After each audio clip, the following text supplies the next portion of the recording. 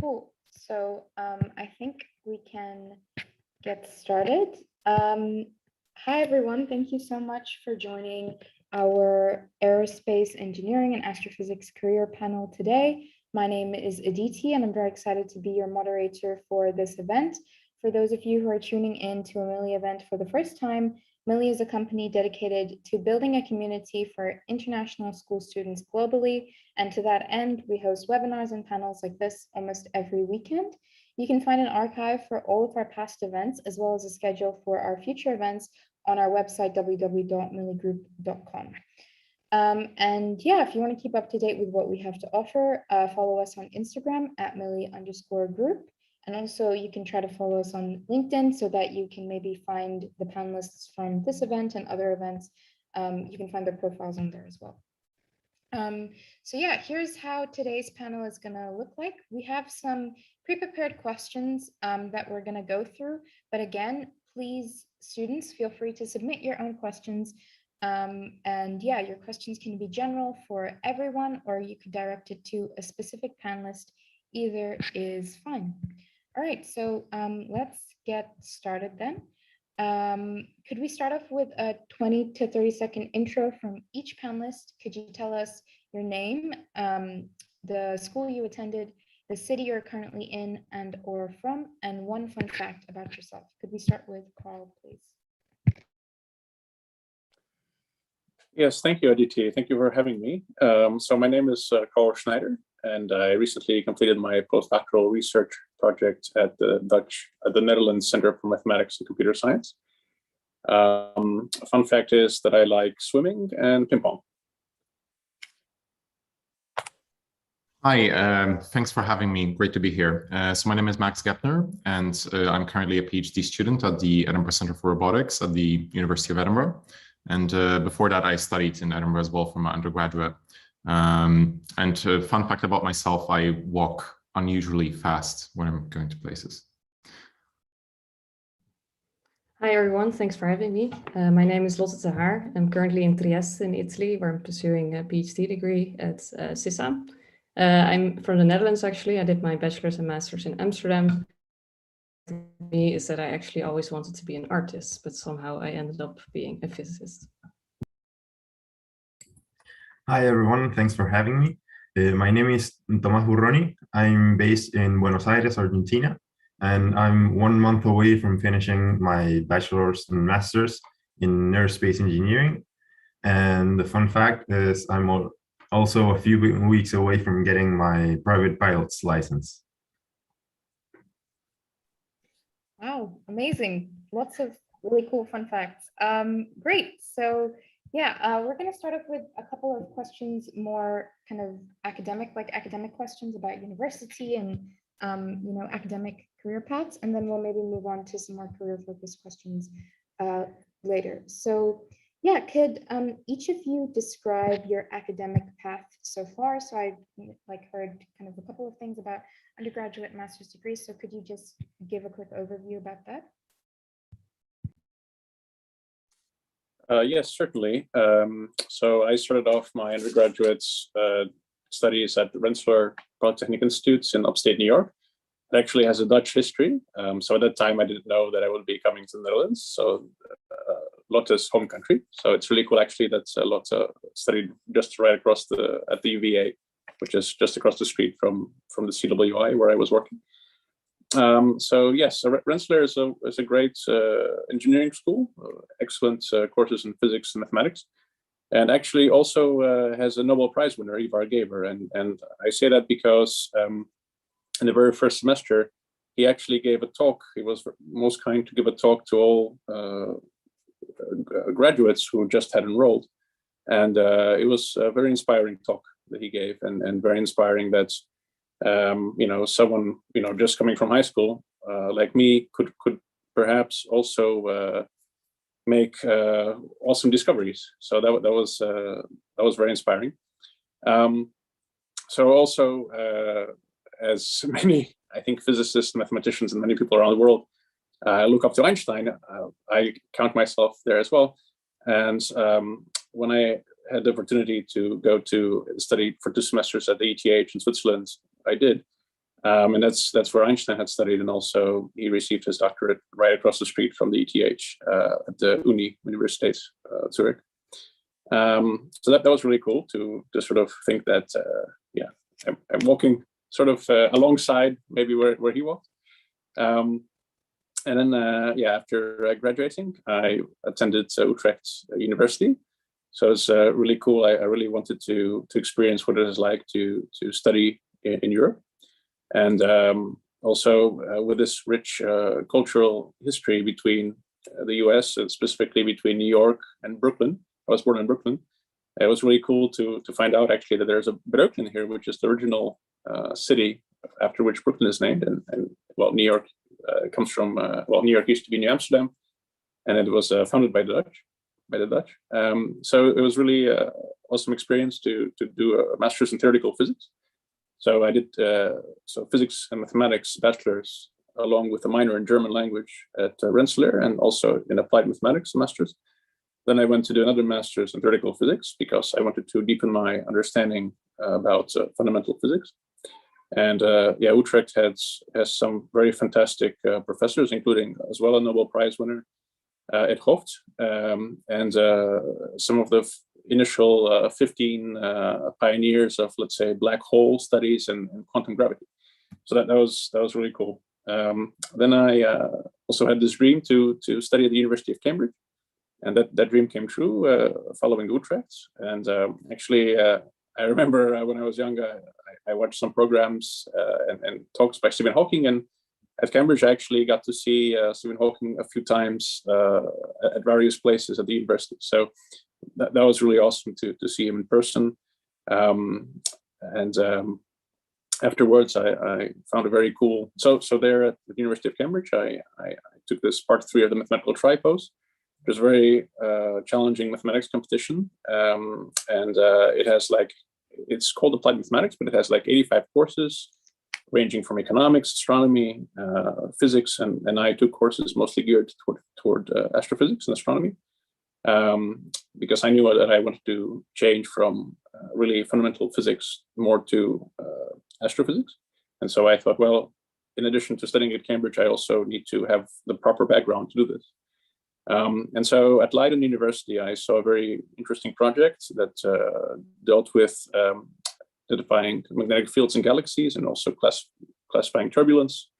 And so I came back to the Netherlands, and I've been here now since 2010. And Leiden University is also an amazing place for astronomy, besides other subjects. And it's also among, let's say, where you have De Sitter, who had one of the first theories about cosmology and about how the universe at large looks like. You have the father of radio astronomy, Jan Oort, from which some of you may have heard about the Oort cloud. And also this very famous wall where physicists and mathematicians dating back to Max Planck and Niels Bohr and Einstein have signed. And actually, Einstein also spent some time in Leiden as well, where he looked up to his inspiring personage of Heinrich Lorentz. So to be part of this awesome history and awesome tradition of excellence in various sciences is really a privilege and an honor. So that's why I pursued this path. I'm personally at a slightly earlier stage of my career, so just kind of entering that fascinating world of academia right now.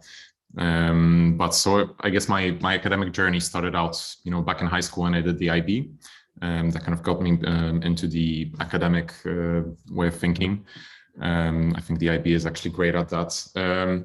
So then, then the kind of natural progression from that was to go abroad. By the way, because I'm from Poland originally, so I did the international baccalaureate and then wanted to go study somewhere abroad. Kind of the UK was the natural place to go just because I lived there before. So then I went, as I mentioned, to Edinburgh to do my undergraduate in engineering. Along there, I also got to do an internship in Formula One for 7 months. And last year I submitted my master's thesis in using fluidics for Venus landers to perhaps enable long-term operation on the Venus surface, which hasn't really been possible up to this day. And now I'm kind of building on some of that work, working at the soft systems group in Edinburgh as a PhD student that's part of the Edinburgh Centre for Robotics, and working on modular self-reconfigurable robots for specifically for the offshore industry, but with some possible applications to space, just because if you can have robots that are modular, that kind of self-reconfigure, that's of course kind of useful if you want to package something in a smaller package, right? Send it into space, then have it expand and also be versatile for different kind of applications. Okay, so my academic career started with the undergraduate at the University of Amsterdam in physics and astronomy. During this undergraduate, I also went on Erasmus exchange to Edinburgh, actually, the University of Edinburgh. So there's some connection with Max as well. After that, I actually took sort of a gap year where I did a lot of teaching. I like to teach, and I was teaching in the university, giving as a teaching assistant, basically. Then I started my master's in theoretical physics, which was also at the University of Amsterdam. It's a very good program, and I specialized in high energy physics. I did my thesis in cosmology, which has always been a strong interest of me. And then I went on to do a PhD in Trieste at CISA. Normally a PhD in Italy is 3 years, but this is actually where I'm doing it. Is a sort of special school where it's 4 years, and the first year you take a full year of courses, so very advanced courses. And now I'm wrapping up, so I'm in the last year of my PhD.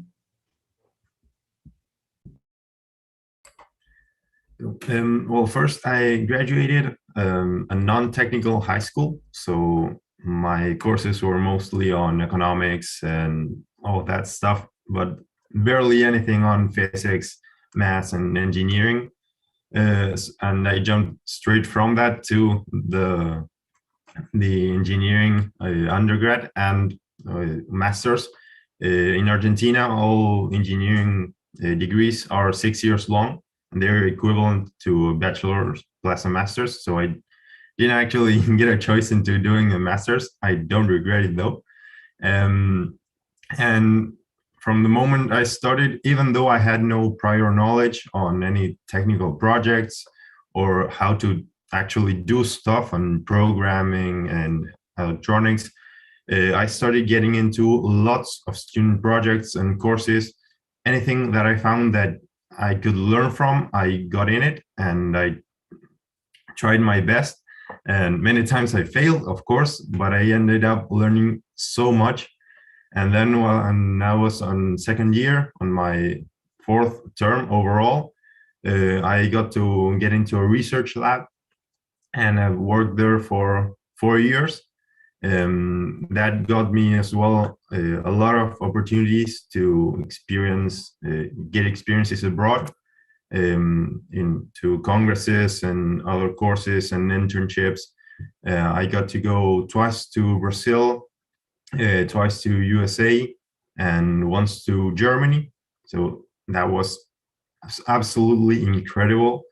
And at the same time, I also studied as a teaching assistant, first in informatics, then astrodynamics, space structures, and overall on a lot of courses. And that was really helpful as well. So you could work one-on-one with the teacher, the professor, and keep on learning, even though they are the same topics that you had like the last term. It really helps to get them in your head and understand them properly, and even keep on learning. And besides, I also like teaching, so that was a plus. And well, as I did all those student projects, I also tried to write some papers and try to get them published in congresses and symposiums. It doesn't always work out well, as I said, like all those internships and things I got. I always apply to everything. I didn't always get everything, but what I did get some of those things. So I did get the opportunity to publish and present some papers at a few international congresses. And also I wanted to mention this idea of trying a lot, getting rejected a lot, but you also get to learn a lot. And a few of those opportunities you actually get. So don't be afraid to try anything. And a few months ago, in August, I got into a company, as it's called Satellogic. I'm now working as a guidance, navigation, and control engineer. So I started working full time, and at the same time, I'm trying to finish my degree. It's not easy, but it's only a few months, so I'm almost there. All right, great. So yeah, each one of you has had like a pretty, I guess, extensive academic kind of careers. You know, so I think one thing, just from like an outsider's perspective, it seems that if you want to maybe major in aerospace engineering or go into astrophysics or kind of go down this route, it is a lot of kind of academic, it's very academically focused, and you could be in university for a while. So yeah, I guess that leads on to the thing that you really have to love it, right? So could maybe each one of you explain or talk about what made you kind of want to go down this path, and yeah, what really drove you to pursue your major? Really awesome to listen to what everyone has been saying about their experiences. That's very inspiring. I personally have always looked, it's kind of like metaphysics in a way that we get to see sort of outside of our everyday experiences, and look, sort of have a view toward what is out there, what is really in our, so to speak, solar neighborhood. So you know, it's really cool, I find, to think of us as, you know, living on this planet Earth, and you know, this is one of you know, trillions of, you know, of planets that are in the universe orbiting around their host stars. And you know, that's kind of mind-blowing to think about it. And yeah, I'm fascinated by the fact that we can actually understand quite a number of things about even our universe, the larger scales, and also at many different other temporal and yeah, length scales. So yeah. For me, the past 3 years, I have been focused about learning more about our sun, about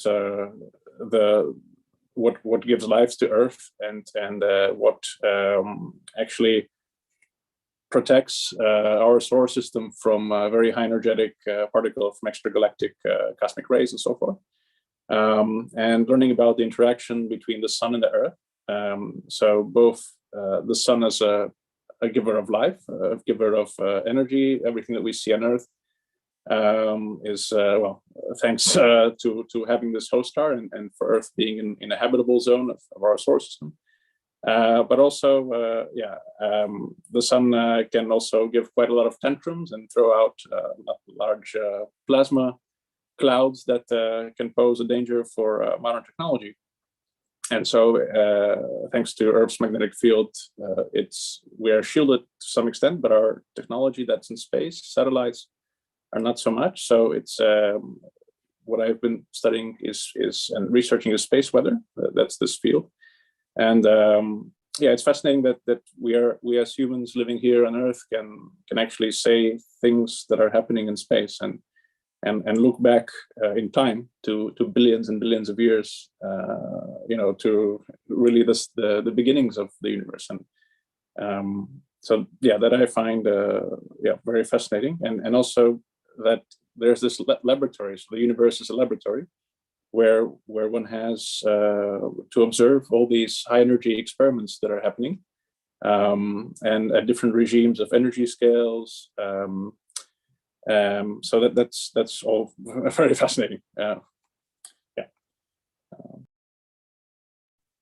Yeah, definitely, as Carl mentioned, for me also the reason for going into the field definitely lies in that kind of fascination with with space.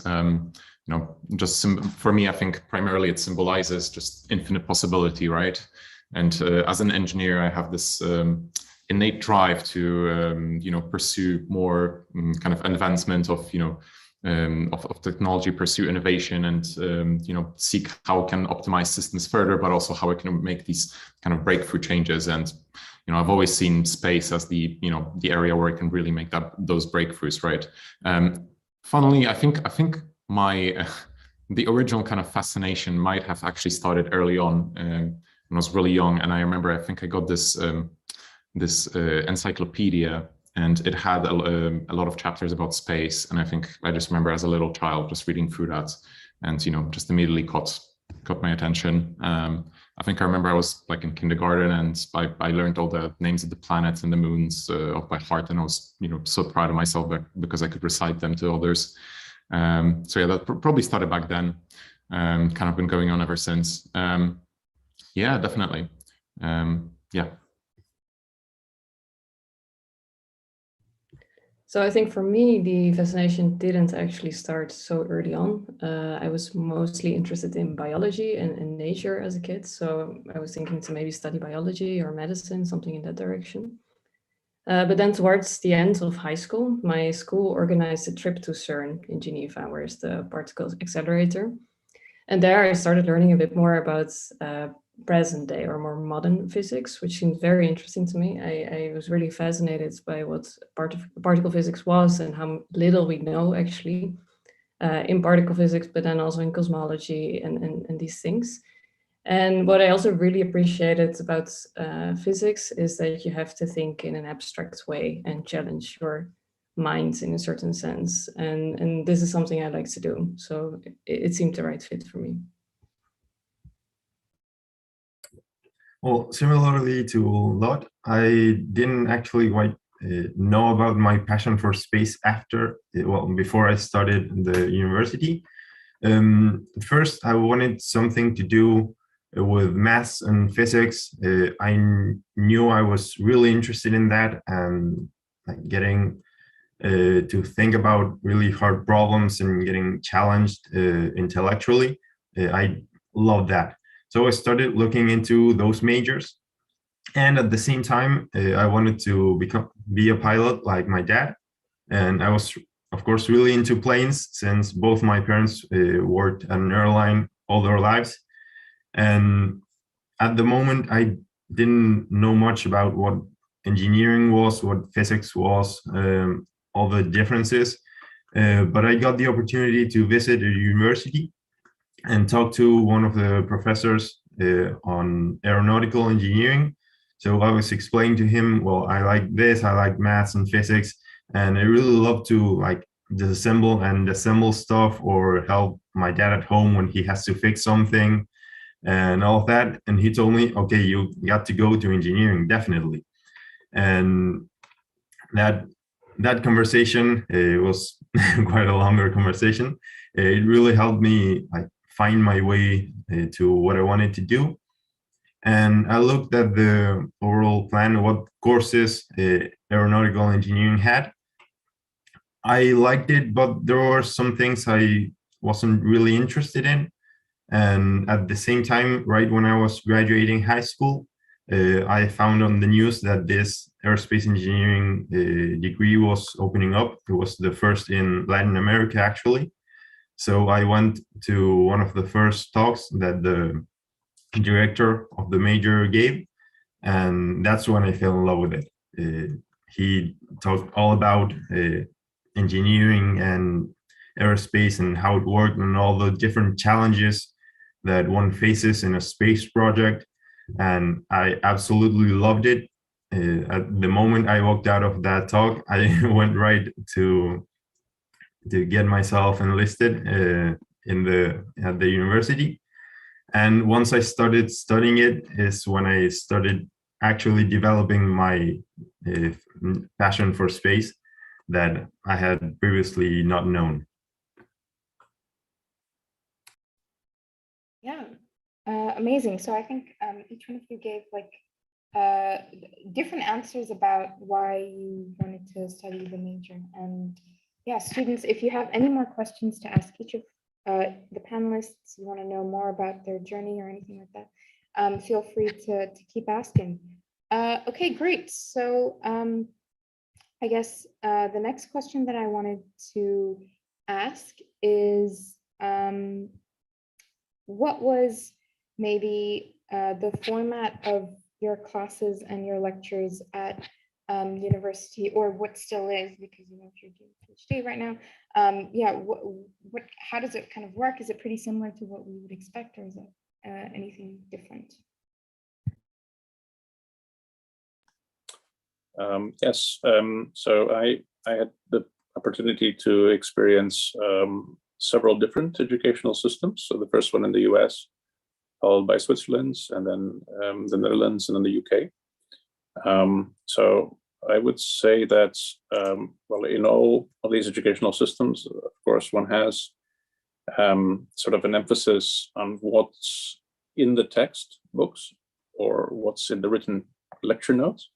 One big difference that I saw was that compared to Rensselaer, compared to the courses there, which were all excellent, the courses here in Europe, which are very excellent as well, most of them were actually handwritten by the professors themselves. So that I found, because I had mentioned this rich tradition of learning, and for me, you know, this is really an awesome sign of expertise of the professor, that someone is sharing their knowledge with you, you know, who's actually written the material.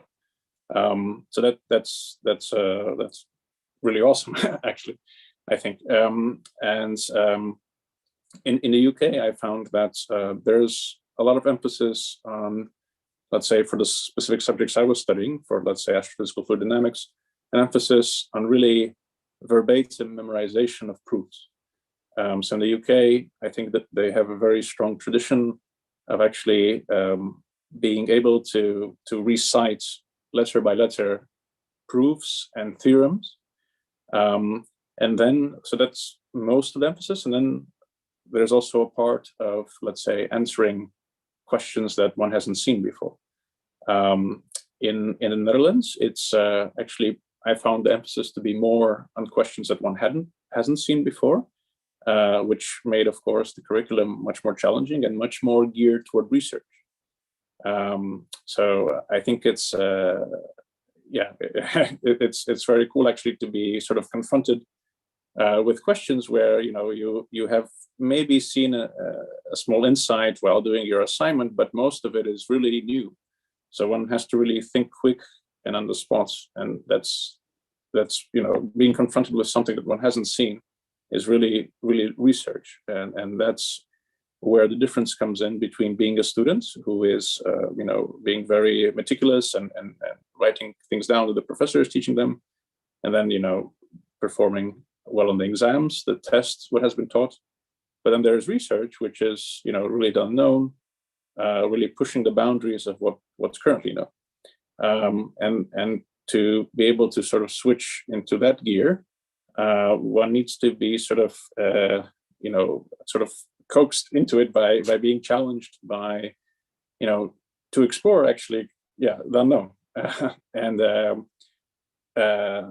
whole purpose, I think, of these systems is to actually give you the necessary tools that will make the researcher confident to actually go out into uncharted territory and begin to explore.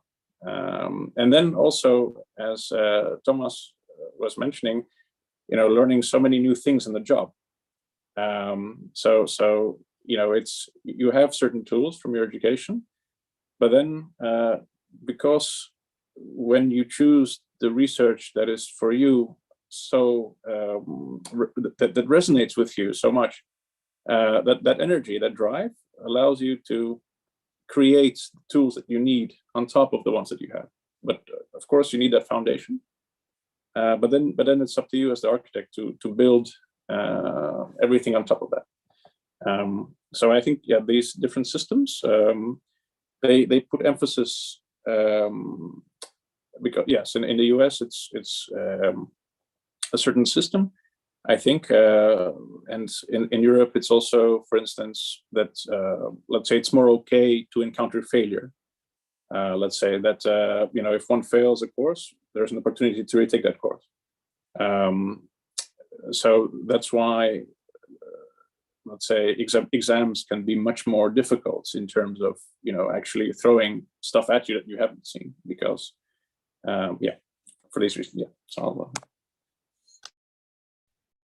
very fascinating insight from Carl across the different educational systems as well. So I got also to experience a little bit of that. I forgot to mention earlier that I did my exchange year in Texas at UT Austin. So I spent a whole year there in the middle of my studies, so I got to kind of experience some of the differences. I would say in general, engineering is a little bit different. Well, engineering is also kind of probably a bit of a weird fit into academia, I would say, because it's not like, if you compare science and engineering, those are in a way, quite distinct fields. Engineering is very much focused more on the applications of science, right? So I would say the academic journey in engineering is much more focused on, just kind of mastering those fundamentals to develop that engineering intuition, so that then when you're approached with a novel problem, then you know where to start, because there are many variables at play when you're designing something. And so you can't, I think this is what engineers are getting paid for, basically, to take that problem with a large number of different constraints and variables at play and boil it down to a kind of simpler model they can work with based also on the intuition they've developed. As far as so in that regard, as far as doing novel things during your course, I would say this is in engineering and generally more towards the later years, and possibly if you do a PhD in engineering, or depending also, of course, where you work, but it's more, I would say those, in my case, 5 years of undergraduate and then master's, like an integrated one, that's mostly focused on the kind of fundamentals. Then when you do your bachelor's, master's thesis, then you kind of maybe try to apply this in a novel kind of application. As far as the differences between Europe and the US, UK and the US specifically, it's actually quite different. And this is something that caught me and all the other students, exchange students off guard quite a lot, was that in the US, university, especially in engineering, it's a lot more like high school. So everything is kind of laid out for you. And I would say this applies not only to the way the classes are structured. So you have a lot more assignments, basically, pretty much an assignment every week from each subject, just like you had homework in high school. And it's much more laid out so that you have a formula that you follow.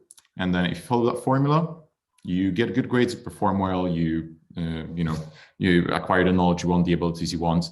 In the UK, it's different because I forgot to say, in the US, you also have midterms, right? So it's pretty much week 3, 4, midterms start, and then you're done by like week 6, and then the other midterms start. So basically you're in like midterm mode all the time. So it's much more spread out.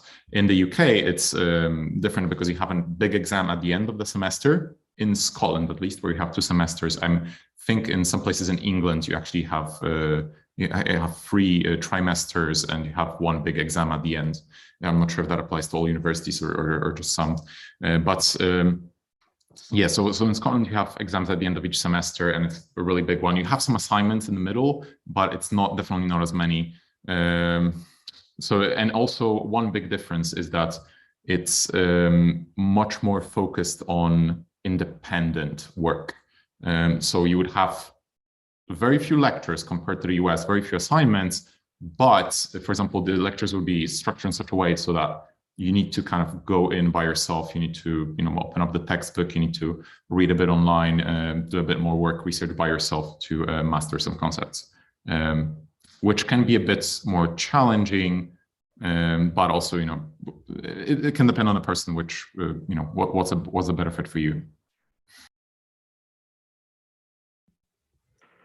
So my experience is mostly or only with European systems, educational systems, but even within Europe, there are lots of differences, I would say.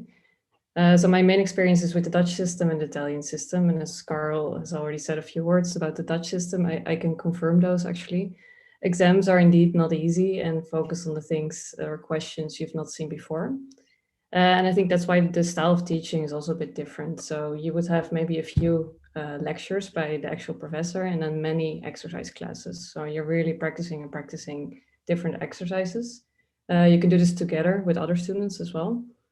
Sometimes you would have to hand in something for homework, not always, but really the aim is to make you understand and not make you learn questions by heart, which I think is the right approach for physics. Then the main difference with Italy is that the focus is much more on lectures in front of the boards, the blackboards, the teacher is speaking for a lot of time, and then you would have to do the exercise in your own time. Another big difference is the style of exams. So in the Netherlands, they were only written exams. So we just have some exercises and do the calculation and that's it.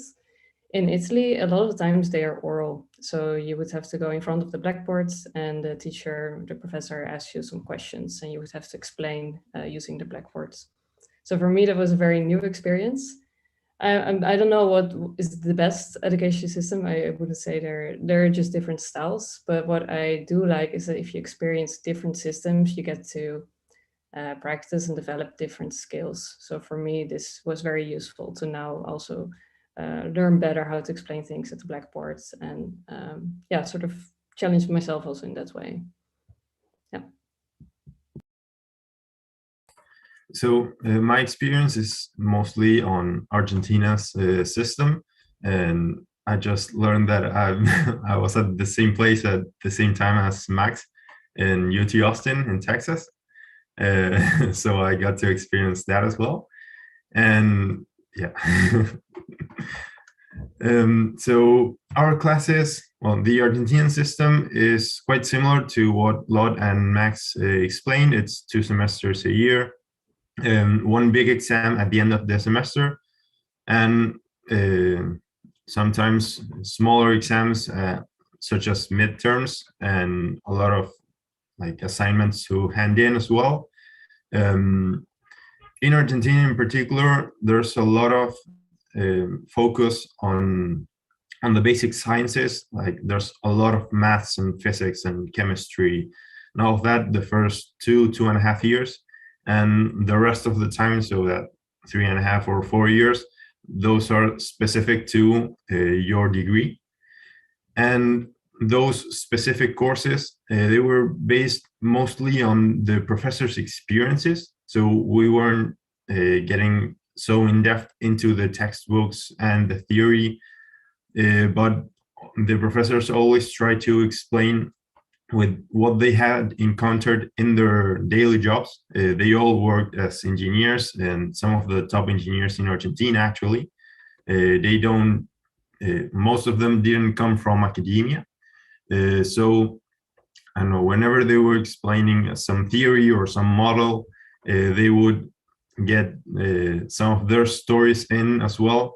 And I know how that worked on a certain satellite, or how they had a problem with this component and had to change it because of this theory, and how they applied it there and how that model worked. And I don't know, maybe that algorithm was too computer intensive, and they removed that last term that gave it more precision, but it wasn't really so necessary, and the output was about the same.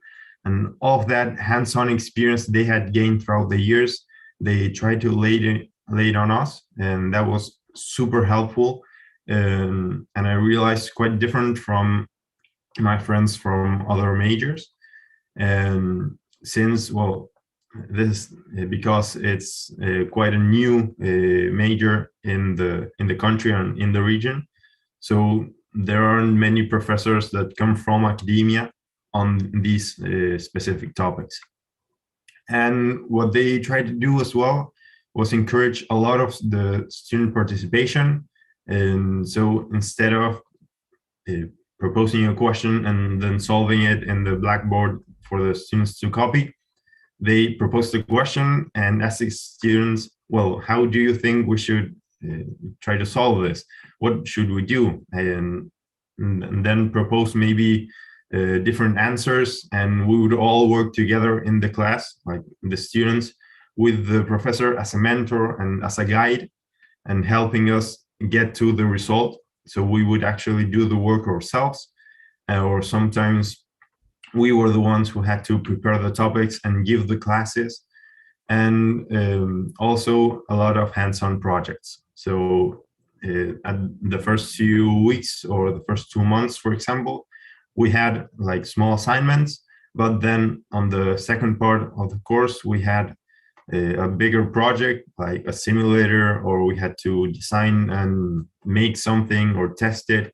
That would usually take a much longer time, and of course a bigger effort, but the reward is incredibly greater than just handing in a few small assignments. You get to do something real and see how all that knowledge actually applies in reality. Yeah, amazing. So I think that was like a super insightful comparison between lots of different educational systems, and really, really useful for the students because it gives them, I guess, a clear idea of what to expect when trying, and also while they're trying to decide where they want to go for university. I think this is really great. Okay, perfect. So I kind of wanted to move into some more career questions. So yeah, could each one of you maybe take 2 minutes and just describe your current job or research, so someone with maybe absolutely no idea could understand or get like a little bit of an overview on it. Yes, certainly.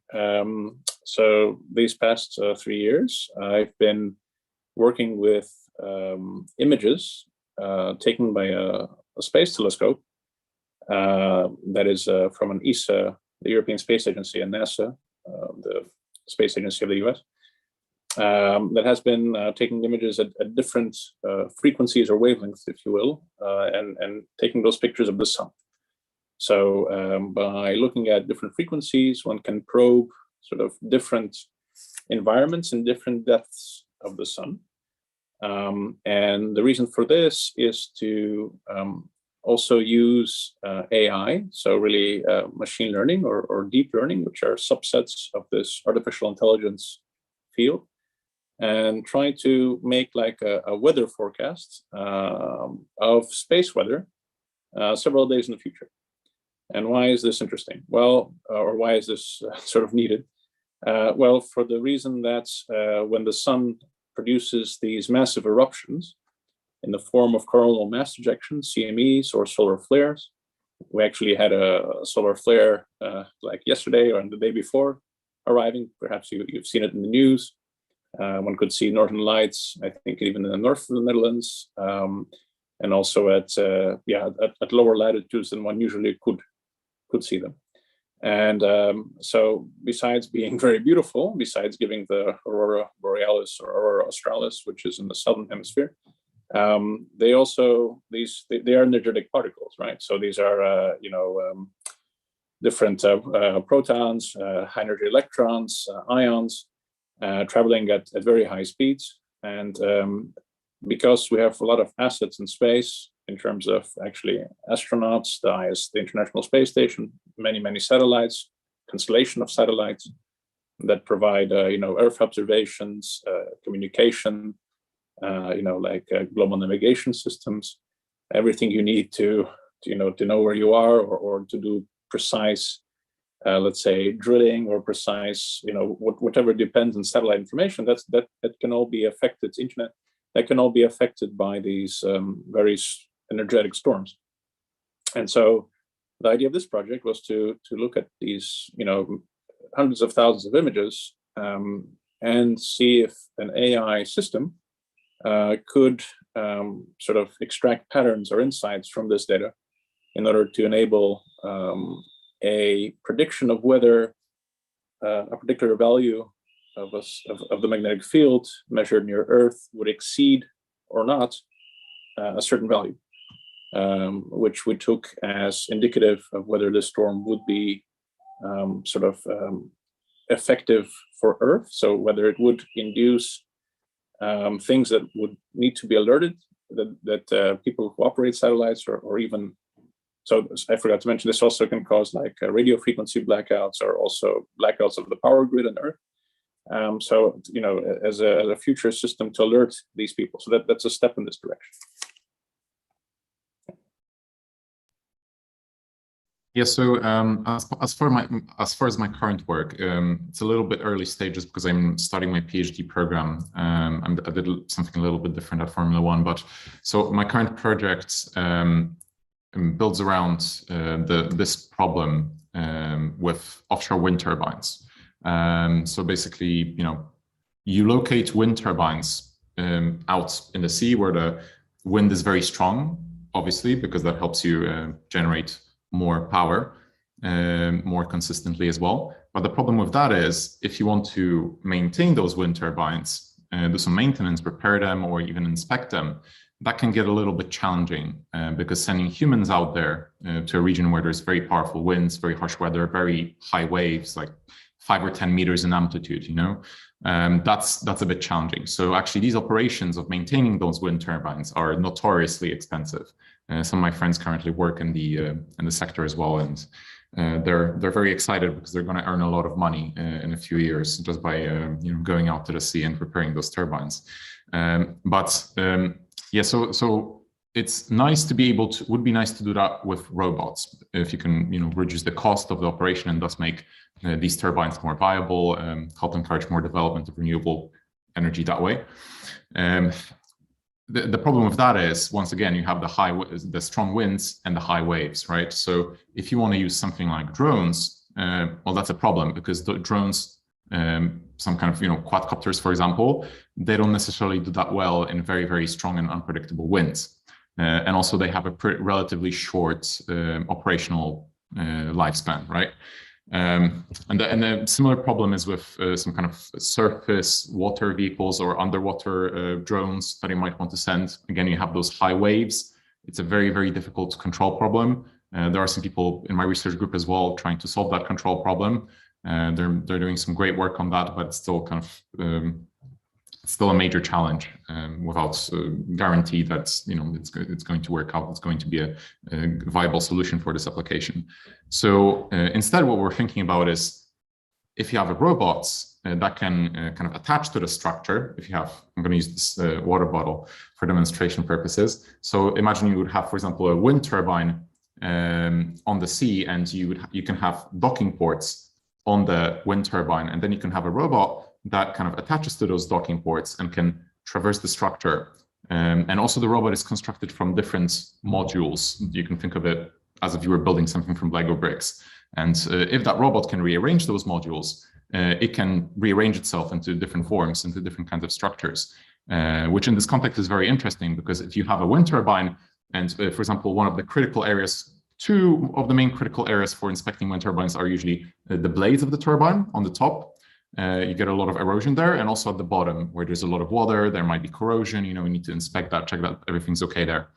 So, you know, if you can have a robot that can go up and down and inspect that, that's very useful. But also, for example, because it can reconstruct itself, maybe you can assemble a certain kind of different structure for different kind of applications. So, for example, it can assemble itself into some kind of longer robotic arm if it wants to go underwater with some kind of sensor or some kind of end effector, some kind of tool at the end that would help it maintain, for example, the bottom of the wind turbine. And again, as I mentioned earlier, this research, once again, is interesting in the context of space, because once again, you can have something reconstruct itself into smaller volume, so it's cheaper to send to space. But then it can expand once it is in space. And once again, you can construct different kinds of structures out of it. So, for example, you know, if you maybe want to send something to the moon and help in, for example, exploring caves on the moon or on Mars, you know, something to assist the humans, or something, for example, to assist the robots, because that's the structure can also, for example, be used by some kind of robot that might want to traverse over it. Once again, that's very, very useful. Okay, very interesting actually to hear about your research. My research is in the field of gravity. And I study modified gravity models. And with modified gravity models, I mean modified with respect to the theory of Einstein, so general relativity. This is, of course, a very successful theory. He proposed it more than 100 years ago and made some predictions that have been confirmed, such as the existence of black holes or gravitational waves, which have been detected not too long ago. So why do we study still these modified gravity models? This is mainly because we have some problems in cosmology. There's especially one component which shifts up dark energy that's causing our universe to accelerate outwards. And we don't know what it is or why it's doing that. And these models have been introduced for this reason. They try to address this problem. Another reason is that gravity has actually not been tested so strongly in certain regimes. And these regimes are where gravity is very strong. Gravity is very strong around black holes or neutron stars. Neutron stars are the most compact stars that we know that exist. They're not very big, usually around they have a radius of 10 kilometers. But the gravitational force around them is very, very strong. And there we don't have strong bounds on gravity. So what I do is to study these compact objects in these theories. And I do that in a sort of hybrid fashion. So theoretically, we're just doing calculations and also by performing numerical simulations.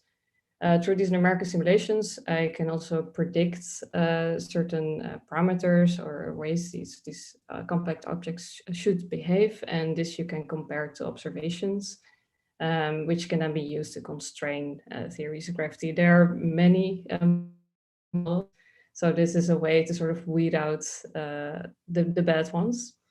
And that's what I'm doing at the moment. So in a satellite, suppose you got a target here, something that you want to study, and you've got your satellite that has, I don't know, a camera or a radar or something, some payload and sensors that help you to go on with your mission. So if your satellite is over here, then it's got to point like this in order to get that information. And if it's over here, it's got to point like this. And so I work in the area that's called guidance, navigation, and control. And what we try to do is try to make the satellite get that information about where it is and where it's and how it's oriented, and as well to for it to be able to control where it is and where it's oriented. So what I do specifically is manage all the sensors and actuators that provide all that knowledge and control. For example, to know where the satellite is, it uses a GPS and a model on how the orbit works and how the gravity affects the orbit and how other bodies affect the orbit. So it tries to propagate and think, okay, if I was here a minute ago, then now I must be here. And it also uses the GPS data and combines that in order to get an estimate with higher precision.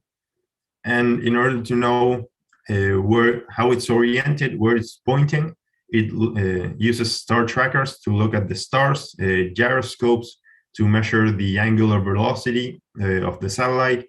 It measures the magnetic field of the Earth and the light from the sun. And once again, it combines all that information in order to know how it's oriented. And then there's the control part. Of course, we've got thrusters in order to get propulsion and push to one side or to the other in order to change the orbit and how the satellite will move. And in order to reorient the satellite, we've got, on the one hand, magnetorquers, which are like electromagnets, one could say, that generate a magnetic field, and that magnetic field reacts with the magnetic field generated by the Earth, and that creates a torque, so it turns the satellite in a specific direction. And we also have reaction wheels. So you know how if you the Newton's law of action and reaction, if you push something, that something pushes you back. Well, it works the same with rotation. So if you have a wheel and you make it turn, and you're in an office chair where you are allowed to turn, and if you turn the wheel real fast, then you will start turning on the other way on the chair. And we do that same thing with what we call reaction wheels. So we have an electric motor in the satellite and a couple of wheels that we change the wheel's velocity in order to make the satellite rotate in the other direction. And with that, we can point it and get a picture, I don't know, from Rome or New York or whatever we want to capture. We can get the picture of exactly that point. And my work involves, well, dealing with all these devices and designing the system. So if, for example, we want to get pictures that have an error of less than 1 kilometer, and let's remember that the satellites are 500 kilometers away, then we'll need sensors that have an error smaller than something and actuators of this performance. And also sometimes we get to solve problems from the ground. Once the satellite is in orbit, you can't send someone to fix it, as Max said, and you get to use all the information you can get from the satellite, from the telemetry, and from that, try to find out what the problem is and how you can solve it. Is it something that you can solve with software? Can you create some workaround? Or if not, how can you avoid having that problem again in the future? And that's really interesting because you work with very limited information. You don't have access to the hardware anymore. And you get to perform a lot of tests in order to pinpoint what the problem was, and then try a lot of things to solve it and to prevent the problem from happening again. Amazing. That was so interesting to hear from each one of you about like what you're currently doing, and yeah, hopefully the students got like a really nice overview of the different careers that you can go into, or the different types of research that are available to you. So yeah, fantastic. So I'm cautious of the time. We have about 3 minutes left for the panel. So I'm gonna ask, I guess, the last question now. And yeah, so just from each of the panelists, could you give us maybe just 30 seconds to a minute, a quick thing, like a piece of advice that you would give to high school students who really want to get into aerospace engineering or astrophysics or physics? Yes, certainly. I think coding, let's say writing programs in let's say your favorite programming language. Once you know one, it's becomes progressively easier to know others. I think also finding something that you enjoy from your courses, and then actually reading more about it, and also actually being unafraid, and checking actually papers online written by PhDs, postdoc professors, master students, and getting acquainted with the state of the art in that field. And also, I think overlooked but very important, sports. So I think that goes for any field to do sports, because yeah, it's important to do physical activity when one is doing a lot of this kind of deep thinking. So. Yeah, I would just like to, I have one of my personal pieces of advice, but I would just like to underline those things that Carl mentioned. I can definitely approve that, all three. Definitely the papers, that was one realization that you realize too late when you're doing your bachelor's, master's, you're writing up, you're doing that literature review, especially in engineering, because you don't really do much of it earlier, but definitely use the resources because you have access to so much knowledge. So in your free time, you're curious about something, Google Scholar or some kind of other websites can allow you to search for it. You search for the term, you get all these articles that you can access for free because you're a student. It's good to read up on a lot of interesting things going on there. Yes, sports definitely really helps the body, but also the mind.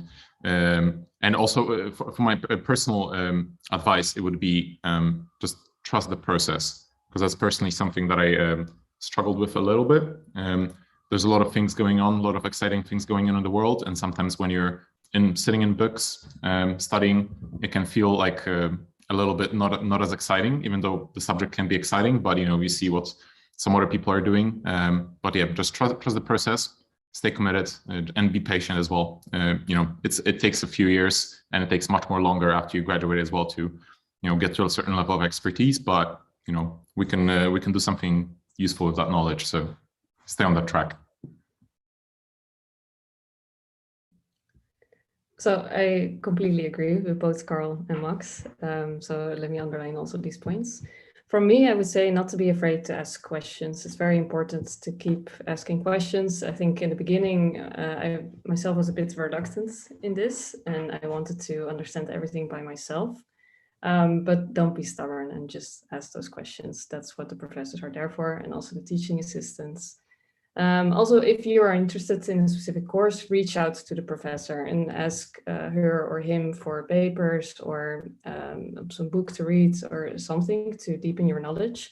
It also gives you a connection if maybe at some point you have to write a thesis or do a project, and this might be a nice connection.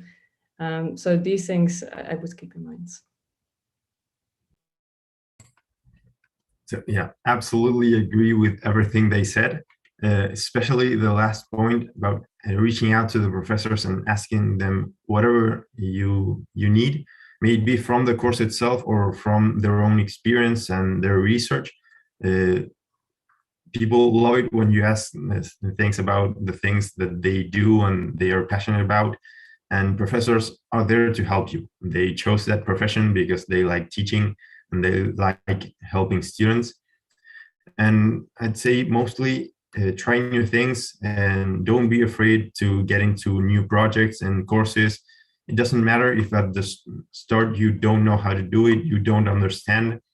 That's the process. You got to try and fail and try and fail and try, and eventually you'll succeed. And it's super important to get hands-on experience and not get stuck in the theory. Amazing. I think that's the perfect note to end on.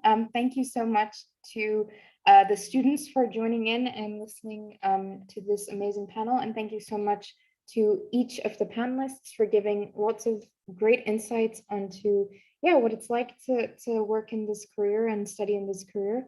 Thank you so much again to everyone, and hope you have a great rest of your day. Thanks very much, everyone.